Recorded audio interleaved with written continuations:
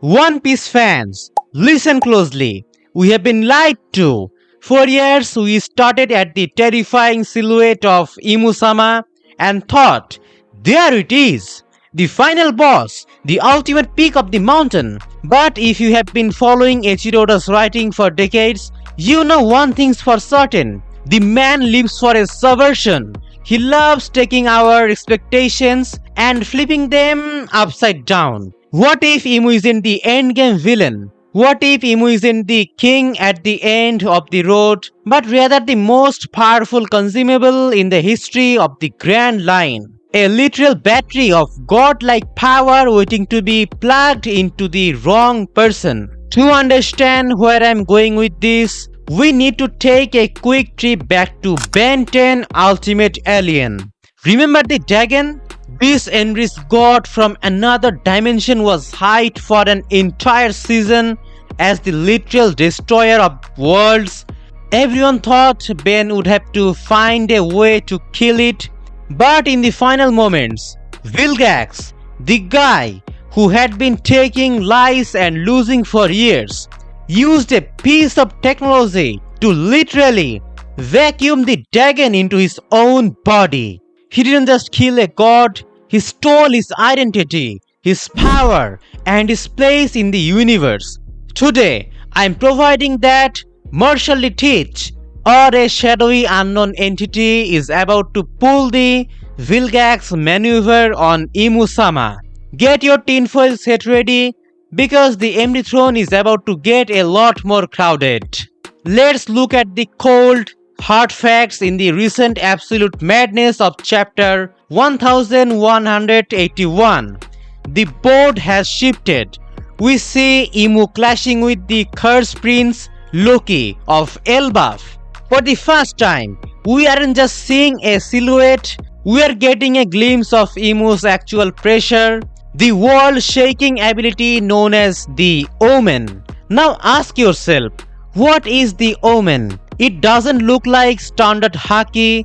It's a reality-wrapping, shadow manifesting ability that feels primordial. It feels older than the devil fruits themselves. If the devil fruits were born from human desires and dreams, then Imu represents the original sin, the nightmare that existed before the dream. Imu isn't just a user of a fruit. Imu likely is the source, or at least the guardian of the source code of the One Piece world. But here is the problem with being the source. In a world of pirates, being the source makes you the ultimate treasure. You become a target. We have been seeing powers being transferred, stolen, and inherited. If Imu's power is the ultimate devil fruit or the heart of the sea, then Imu is basically a level 100 legendary Pokemon that's been sitting in a cave for 800 years, and Blackbeard has finally shown up with a master ball. Now let's talk about our favorite pie-eating menace, Marshall D. Teach. Why did he spend decades on white pear sheep just for one specific fruit, the Yami Yami no Mi? He specifically said it's unique among Logias because it doesn't let you pace through attack. Instead, it absorbs everything: gravity, light, pain, and most importantly, other devil fruits powers. We saw him do the impossible at Marineford. He went under a curtain with a dead white beard and came out with the Gura Gura no Mi. How? His body is atypical, he doesn't sleep, he is multiple people. According to Marco and Luffy, he has been hunting strong fruits across the new world like he is filling a grocery list. Standard devil fruits have a limit. 2 fruits usually make a person explode. But Blackbeard is looking for a third.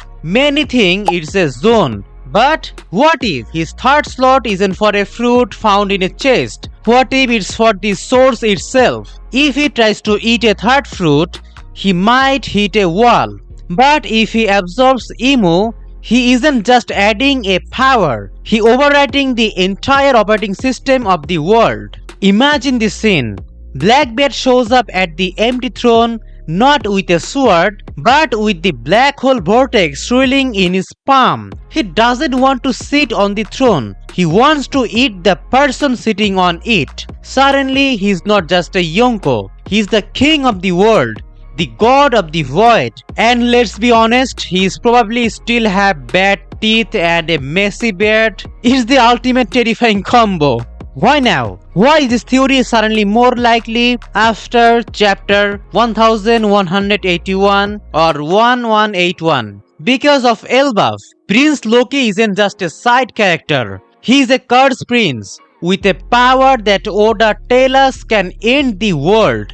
This is a threat Imu can't ignore. For 800 years, Imu has stayed in the shadows of Marijua, protected by the god shields of the Five Elders and the Holy Knights. But Loki is the catalyst that forces Imu to calm down and handle business personally. The moment Imu leaves that high castle to fight Loki and the Straw Hats, Imu is vulnerable. And who thrives in vulnerability?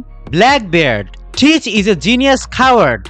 He never fights a fair fight. He waited for Megalyn to poison the prisoners before entering Impel Down. He waited for Whitebeard to be 99% dead before he struck. He is likely hovering on the edge of Elbaph right now, watching through the shadows. He is waiting for the moment Imu uses the Omen ability to its exhaustion point. When Imu is weakened from fighting Gear 5 Luffy and Loki, the Yami Yami no Mi will do exactly what Vilgax machine did to Dagon. It will pull the essence of Imu out of their physical shell. The result? A Blackbeard who controls the sea, the earth, and fate itself. But let's play devil's advocate.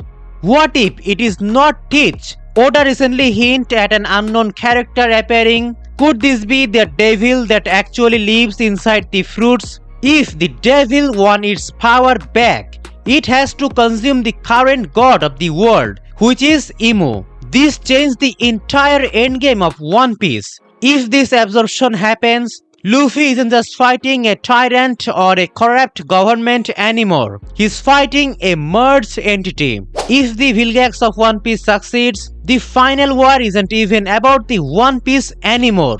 It's a battle to prevent a single person from becoming the literal operating system of the planet. Thematically, this is perfect. Luffy's Gear 5 is the peak of freedom. He is the sun, the light, the man who does whatever he wants. This absorption theory represents the peak of control, the man who shallowed a god to own everything. The freest man versus the man who wants to be the world's jailer. That is the ultimate Odestal clash. Oda doesn't give us world-ending details like Loki's power or Imu's Omen just for flavor. The board is being set, the pieces are moving, and Imu is no longer the hunter. Imu has officially become the prey. The shadows are closing in and Blackbeard is hungry. But I want to know what you think. Is Blackbeard bold enough to try and eat a god? Obviously so-called god, whatever. Or is there someone else lurking in the shadows of the void century, ready to claim the throne?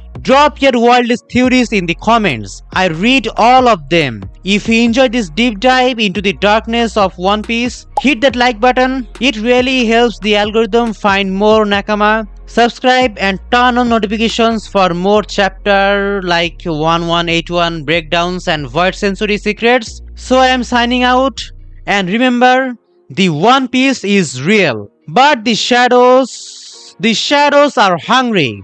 Peace.